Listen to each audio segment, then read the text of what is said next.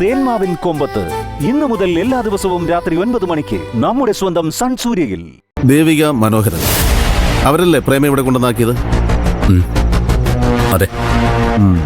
എന്നിട്ട് അവരെവിടെ? അവര് വീട്ടിലേക്ക് തിരിച്ചുപോയി. അവരെന്താ പ്രേമയെ കിട്ടിയ വിവരം ഞങ്ങളെ വിളിച്ചറിയിക്കാഞ്ഞത്? അങ്ങനെയല്ലേ ചെയ്യേണ്ടിയിരുന്നത്? നിങ്ങളും അത് ചെയ്തില്ലല്ലോ. സാറേ, എന്റെ ചേച്ചിക്ക് ബോധം പോലും തിരിച്ചു കിട്ടിയിട്ടില്ല. ഞങ്ങളാകെ തകർന്നു നിൽക്കുക. ഈ സമയത്ത് നിങ്ങളെ അറിയിക്കുന്ന കാര്യം ഞങ്ങൾ വിട്ടുപോയി. സാരമില്ല, നടന്ന കാര്യം പ്രേമ പറയല്ലോ. ഇനി ബോധം വരട്ടെ, അപ്പോൾ സംസാരിക്കാം. ഒരേ സ്റ്റേഷൻ അതിർത്തിയിൽ നിന്ന് രണ്ടുപേരെ കാണാതായത്. ഒന്ന് പ്രേമ, മറ്റേത് പാർവതി. ഇപ്പം പ്രേമ കിട്ടി, അതുപോലെ പാർവതിയും കിട്ടുമായിരിക്കും അല്ലേ? കിട്ടുമായിരിക്കും. പക്ഷെ അതൊന്നും നിങ്ങളുടെ കഴിവുകൊണ്ട് കിട്ടുന്നതല്ലെന്ന് ഓർക്കണം. ആരുടെ കഴിവുണ്ടാണെങ്കിലും അല്ലെങ്കിലും ജീവനോടെ തിരിച്ചു കിട്ടുന്നുണ്ടല്ലോ. തല്ലിക്കൊന്ന് കൊക്കയിലേക്ക് എറിഞ്ഞെങ്കിലേ എന്ത് ചെയ്തേനെ? ഇങ്ങനെയാണോ സർ ഉത്തരവാദിത്തപ്പെട്ട ഒരു പോലീസ് ഓഫീസർ സംസാരിക്കേണ്ടത്? പരാതി കിട്ടിയിട്ടും കാര്യക്ഷമമായ അന്വേഷണം നടത്താൻ നിങ്ങളെക്കൊണ്ട് ഇതുവരെ സാധിച്ചിട്ടില്ലല്ലോ. ആരുടെയൊക്കെയോ ഭാഗ്യത്തിന് എന്തൊക്കെയോ നടക്കുന്നു. അതിൻ്റെയൊക്കെ ക്രെഡിറ്റ് എടുക്കാൻ കൃത്യസമയത്ത് നിങ്ങൾ വരികയും ചെയ്യുന്നു. സർ, ഞങ്ങൾക്കാർക്കും അതിൽ ഒരു പരാതിയുമില്ല.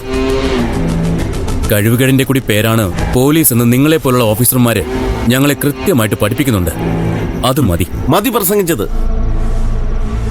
ഞങ്ങളെയും കൊണ്ട് കഴിയുന്ന വിധത്തിലൊക്കെ ഞങ്ങൾ അന്വേഷിച്ചിട്ടുണ്ട്, കിട്ടിയില്ല. എന്ത് ചെയ്യാനാ? എന്ത് ചെയ്യാനാ? ഈ നിസ്സഹായത കാണുമ്പോ നാണം തോന്നുന്നുണ്ട് സർ. ഇങ്ങനെയാണോ നിങ്ങളൊക്കെ ആവേണ്ടത്? അതൊക്കെ പിന്നെ നമുക്ക് ചർച്ച ചെയ്യാം. എന്തായാലും ദേവികയോടും മനോഹരനോടും നാളെ സ്റ്റേഷൻ വരെ വരാൻ പറയാം. അവർക്ക് എന്താ പറയാനുള്ളതെന്ന് കേൾക്കാലോ. എന്നിട്ട് പ്രേമയെ വന്ന് കാണാം.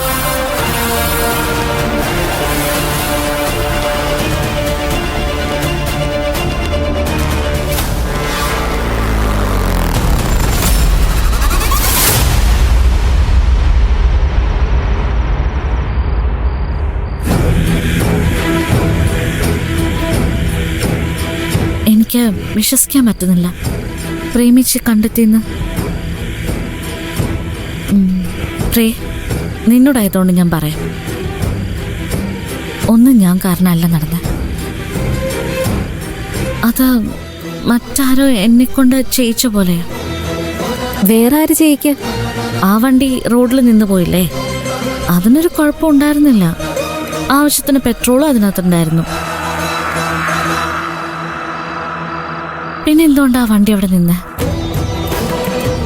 എന്തുകൊണ്ട് അച്ഛൻ എന്നെ വിളിക്കാൻ തോന്നിയേ? എന്തുകൊണ്ട് ആ പരിസരം മുഴുവൻ ഞാൻ കറങ്ങിയേ? ഇതിലൊക്കെ എന്തോരു ദുരൂഹതയുണ്ട്. അങ്ങനെങ്കിൽ അതാരായിരിക്കും ചേച്ചി നിങ്ങളെ കൊണ്ട് അങ്ങനെ ചെയ്യിച്ചത്? പ്രിയേ, ആ ക്ലിനിക്കില് പ്രേമിച്ച് ഉണ്ടാവേണ്ട ഒരു ആവശ്യമില്ല. ഞങ്ങൾ എത്തുന്നതിന് തൊട്ട് മുൻപായിരിക്കണം പ്രേമിച്ച് അവിടെ എത്തിച്ചത്. ആ സമയത്ത് തന്നെ കൃത്യമായിട്ട് ഞങ്ങൾ അവിടെ എത്തി. അല്ല, എത്തിയതല്ല, എത്തിച്ചു. ചേച്ചി ഇത്രയും പറഞ്ഞതുകൊണ്ട് പറയാ, ഈ അത്ഭുതങ്ങൾ മുഴുവൻ നടന്നത് ആ കാർ ഇവിടെ വന്നതിന് ശേഷം. കാറ് വാങ്ങണമെന്ന് മോഹമൊന്നും ഇല്ലാതിരുന്ന ഞാൻ ഒരാവേശം കയറിയതുപോലെയാ ചേച്ചിയുടെ വാക്കുപോലും ധിക്കരിച്ചുകൊണ്ട് ആ കാറ് വാങ്ങിയത്. അതും ഇതേ ശക്തി തന്നെ തോന്നിപ്പിച്ചതാണെങ്കിലോ? ആ കാറ് കണ്ടപ്പോ ശരത് അസ്വസ്ഥനായി. എന്തുകൊണ്ടായിരിക്കും അങ്ങനെ സംഭവിച്ചത്?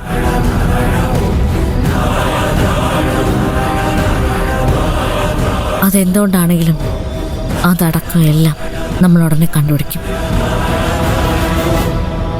ഇപ്പോ നമ്മൾ തനിച്ചല്ല, നമ്മുടെ കൂടെ നമുക്ക് വിശ്വസിക്കാവുന്നൊരു ശക്തിയുണ്ട്,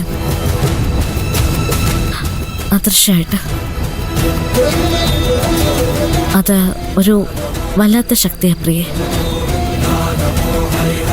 ആ തോന്നല് ഇനി അങ്ങോട്ട് ശരത്തിന്റെ കഷ്ടകാലം തുടങ്ങും. അതിന്റെ തുടക്കമായി ഇപ്പൊ നടന്നത്. ഇപ്പൊ പ്രേമിച്ചി, നാളെ അമ്മ, തൊട്ടടുത്ത ദിവസം ആ ശരത്ത് തീരും. അവന്റെ ആയുസ് എണ്ണപ്പെട്ട് കഴിഞ്ഞു.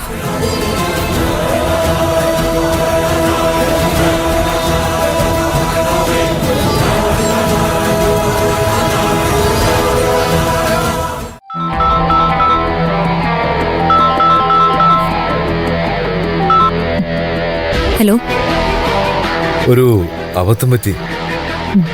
എന്താണാവോ? പ്രേമ അവർ രക്ഷപ്പെട്ടു. നല്ലത്. എന്താ അങ്ങനെ പറഞ്ഞേ?